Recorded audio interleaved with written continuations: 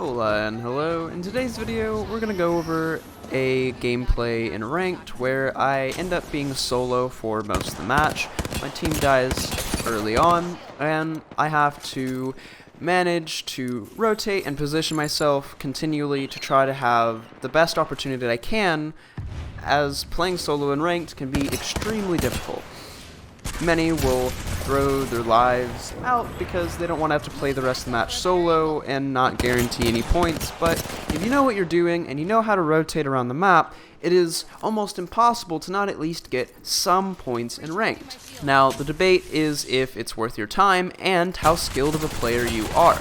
If you do not have the mechanical skill, you might want to play with rotations in mind. If you have the mechanical skill, you can play with rotations in mind, but you can be a lot more aggressive and not as concerned about these rotations, as you will be able to take on teams more confidently and wipe before third parties can come in. In the beginning of this match, I want you to pay attention to how I'm looking at where they're landing, and I marked for us to land where these two were going to be at so we could try to take them on, but when they didn't go with me, I branched back off towards them instead of landing separate. I see many people make this mistake. Here, I notice that they're coming up on us, and so I try to hold them off in whatever way I can. I throw these thermites to block their line of sight and keep them from pushing up, as this bloodhound was already low. Once he is knocked, I know this fight is likely to turn downhill, so I go ahead and back up and plan to heal, hide behind this door, and give covering fire to act as a separate angle to hold them off from, so that they only have to worry about one direction they're coming from. Now, in this, I am missing my shots, and I'm trying to heal in between each and keep the focus as much as I can from being entirely on them. Whenever I notice that they're both low, I go ahead and back up more, as I know that they're likely to get knocked. I was going to climb up and shoot at them, but they both got knocked, and I knew my best opportunity was to run away and come back for their banners. There was no way I was going to 1v3 after they both went down.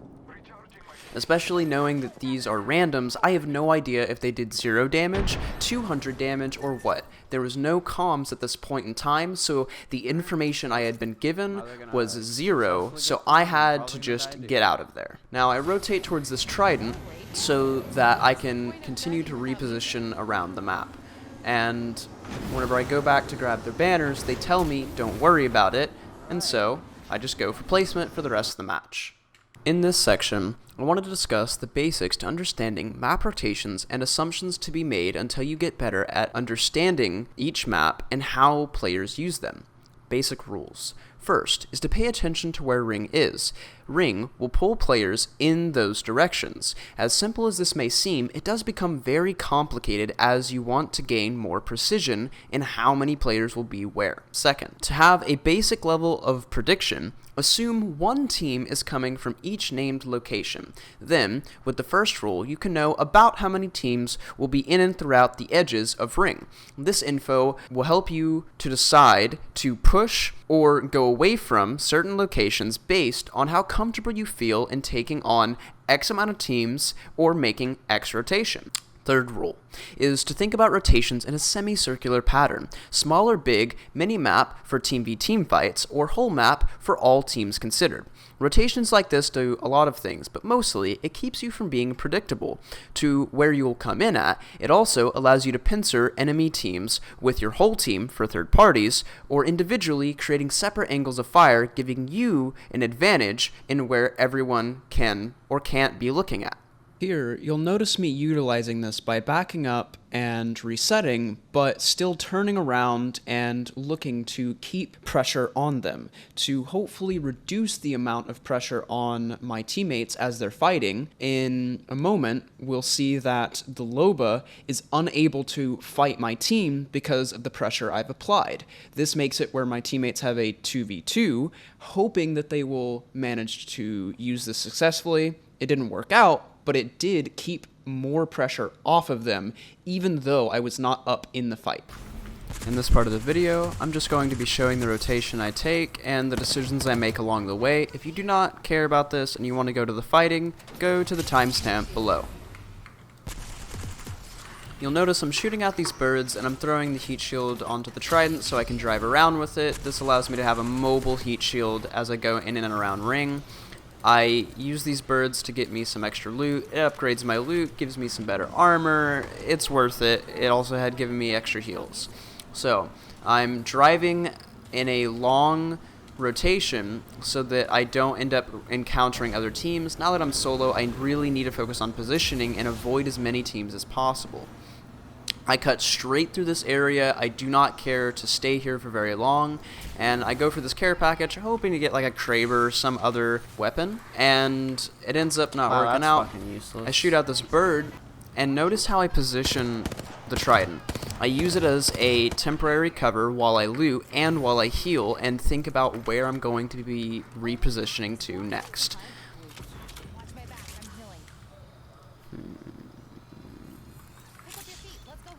Here, it's just more of me looting. It's just to kind of show that this stuff is essential. It gives me some extra batteries, it gives me upgraded loot. This stuff helps. When you are solo, it is worth taking that time to get every bit of loot you can. I mean, worst case scenario, they know I'm here and I just fucking boost off. As long as they don't arc star the vehicle, we're all good. Ducking out here. Now, here, I'm just trying to take position on this set of rocks because I know that very few people come over here. This is the very back side of ring, so the likelihood of anyone finding me is very low, but I still keep the trident around just in case I need to rotate and get away. Now, as you can hear, I was aiming at this team with my ult, and I had completely forgotten about the laser on it, so they probably knew I was there. That's just me being dumb, but since they had already probably known, I go to try to take some shots. I miss, and then I take the trident, I move up, because again, I want it near me, knowing there's still 4 squads left. I want to be able to reposition in case something happens, like this. I'm shooting at this other team, and another team ends up shooting me in the side, and this almost gets me killed. I take the time to pop this Phoenix, and then knowing that there's fighting going on, I'm trying to see where people are at, get some nades in, maybe get some damage off.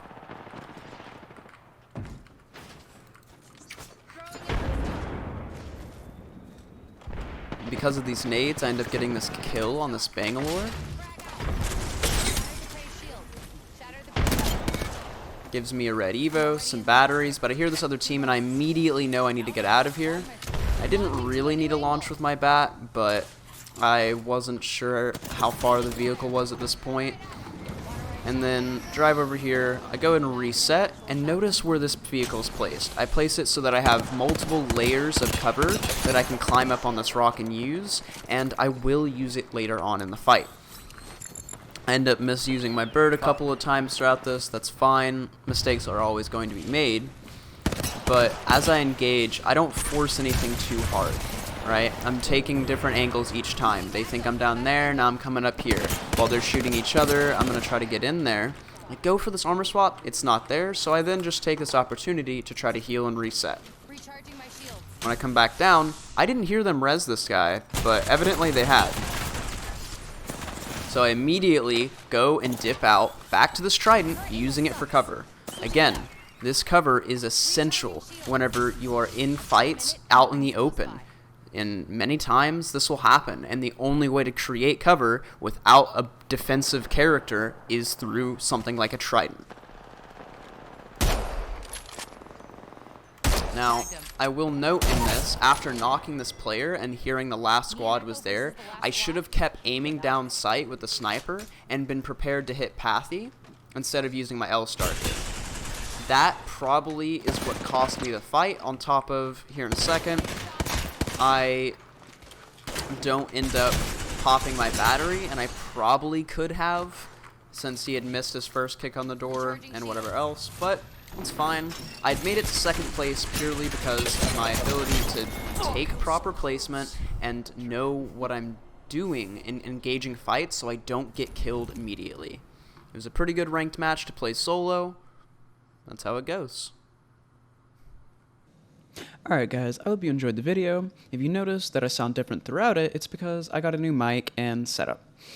I came back to finish editing this from like months ago, so I hope to get back onto a more consistent schedule of making educational content Apex videos. If you have any suggestions for what you would like me to cover next, please let me know. I'll respond to all the comments in the comments section below.